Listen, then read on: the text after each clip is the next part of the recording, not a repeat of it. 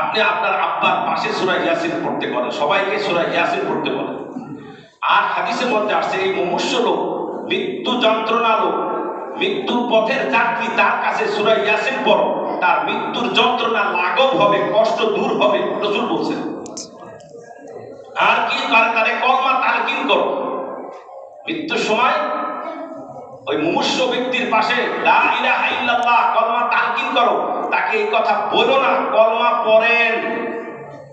কারণ ওই সময় সে কি অবস্থা থাকে কেউ বলা যায় না। ওই সময় যদি আপনি তাকে বলেন কলমা পড়েন, আর সে যদি বলে পড়তাম না, তো কাফের হয়ে মারা গেল।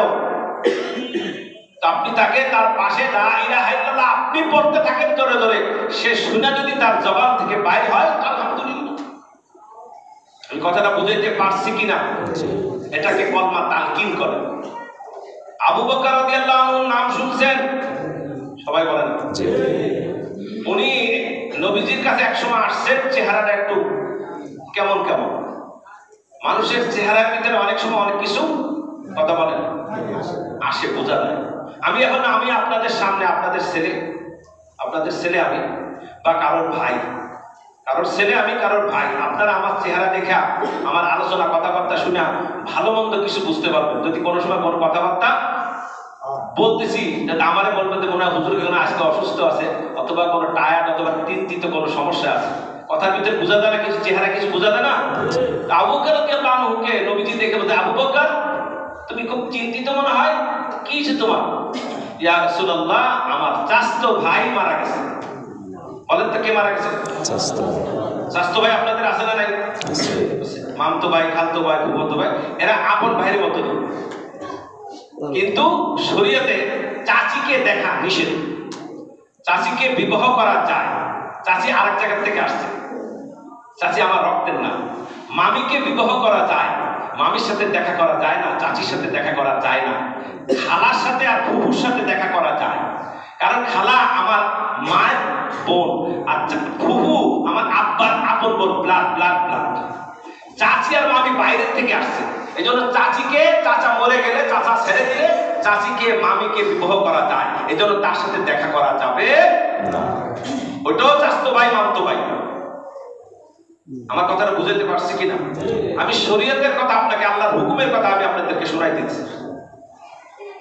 নবীজি বলতেছে আবু বকর চাচতো ভাই মারা গেছে, আচ্ছা তো তাকে কি কলমা তালকিন করো নাই? তার সাথে ছিল না তোমরা লগে? হ্যাঁ ইয়া রাসূলুল্লাহ, তাকে তো কলমা পড়ানো হয়েছিল, সে তো কলমা পড়ছে, তারপরে সে মারা গেছে।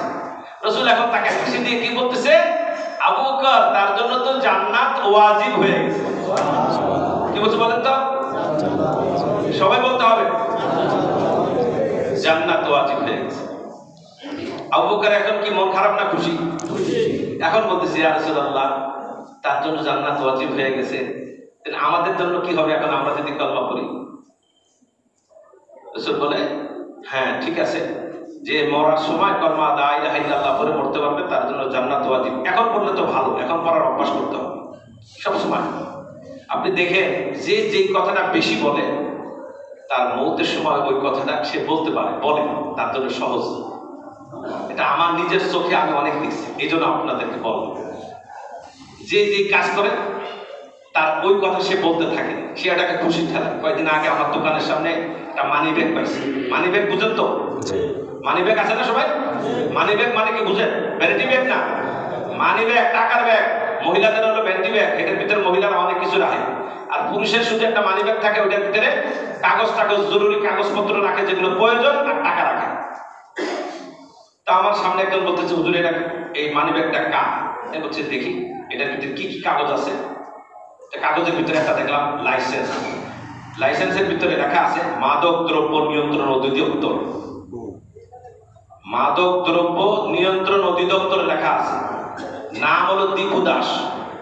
মোবাইল নাম্বারটা পাইছি, রিং দিলাম, হ্যালো আপনি কে? দীপু দাস। জি। আমি আপনার কি কোনো কিছু হারাইছি? হুজুর আমার একটা মোবাইল, ভাই আমার একটা মানি ব্যাগ হারাইছে। আমি কি ছিল এটার ভিতরে? 8,500 টাকা আছে, আর কিছু খুচরা টাকা আছে, আর নগদ 500 টাকার নোট আছে, আর 1000 টাকার নোট সহ 8,500। আমি হ্যাঁ, তাহলে আপনি সেটার মালিক, আপনি আসেন মধুগর চিত্রলেখার পরে আমার দোকানে আসেন। তা আসছে। আমি জিজ্ঞেস করলাম কি কাজ করেন? হাসি দিয়ে বলতেছে, হুজুর আমি মদের ব্যবসা করি। কিসের ব্যবসা করেন? আমার মদের ব্যবসা আছে পালে বাজারের ভিতরে। আমি আচ্ছা, আপনি মদের ব্যবসা করেন? হুজুর এই যে আপনি যে লাইসেন্স দেখছেন ওটা আমার এই মদের ব্যবসার লাইসেন্স। আমি দেখেন আল্লাহ আপনাকে এই 8,500 টাকা মানি ব্যাগ সহ আমরা পাইছি, আপনাকে দিলাম। সে বলতেছে তার ভিতরে যেটা আছে বলতে ভগবানের কাছে শুকরিয়া, ভগবানের কাছে কৃতজ্ঞতা, ভগবান আমাকে আপনাদের মাধ্যমে টাকাটা মানি ব্যাগটা দিলেন। না, ভগবানের মাধ্যমে আমি বলবো না, আমি বলবো আমার আল্লাহ আপনাকে দিয়েছে। ঠিক আছে, তাই বললাম যে আপনি এখন কি করবেন জানেন? কি করবেন? আপনার এই টাকাটা আর একজন যদি পাইতো। আমি চিন্তা করতেছি টাকা আর পাওয়া যাবে না, মানি ব্যাগ আর পাওয়া যাবে। খুঁজতেছিলাম, সাইকেল দিয়ে খুঁজতেছিলাম। আমি বলতেছি আল্লাহ আপনাকে মিলিয়ে দিচ্ছে। আমার একটা কথা মানবেন? কি শুনবেন? হুজুর বল। আমি বলতেছি আপনি আপনার মায়ের কাছে এখন যাবেন, যে মার খেদমত করবেন, মার কিছু কিনাকাটা খাওয়াবেন, কিছু টাকা আমার কিছু টাকা দিতে চাইছে আমাদেরকে, আপনি কিছু টাকা দিতে আমাদেরকে দিতে চাইছেন, এটা আপনার মায়ের জন্য কিছু ঘর কিনে দিন। আর আপনি আল্লাহর কাছে বলবেন যে আল্লাহ আমাকে সঠিক বুঝ দাও, হেদায়েত দাও, তার কিছু দাওয়াত দিয়ে দিন। সে খুব খুশি হয়ে চলে গেল।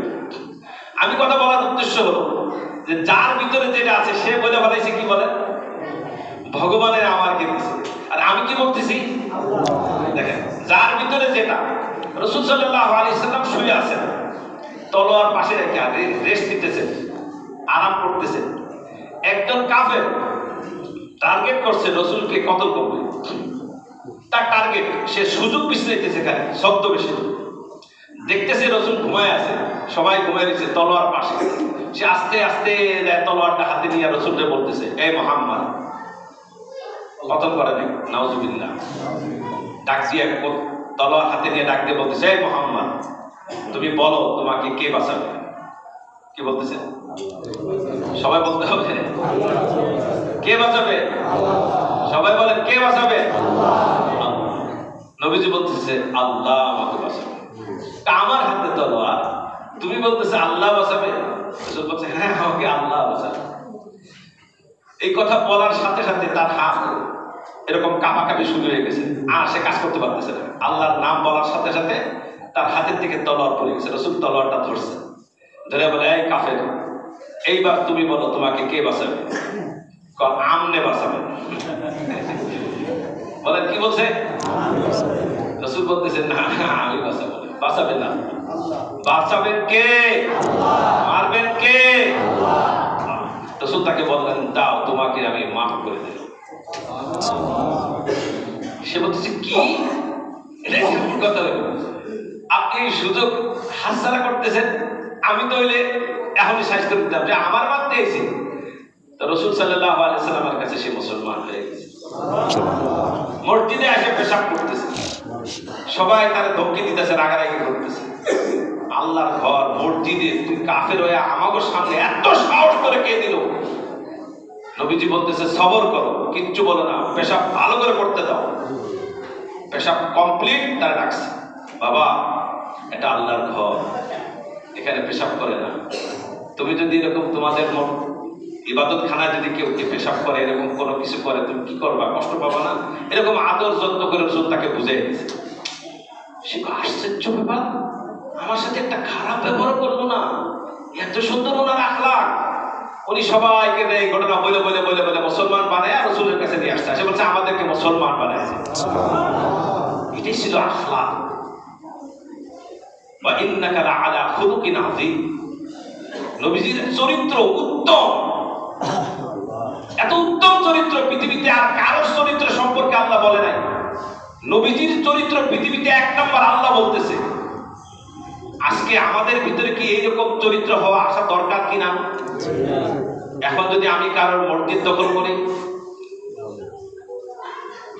আমার মনে করেন এখানে এসে বলতেছে ওলিউর রহমান তুমি সরে দাও, আমি এখানে নামাজ পড়াবো, আমি ওনাকে দিয়ে দিতে হবে, কারণ আমি ওনার সাথে ঝগড়া করবো না।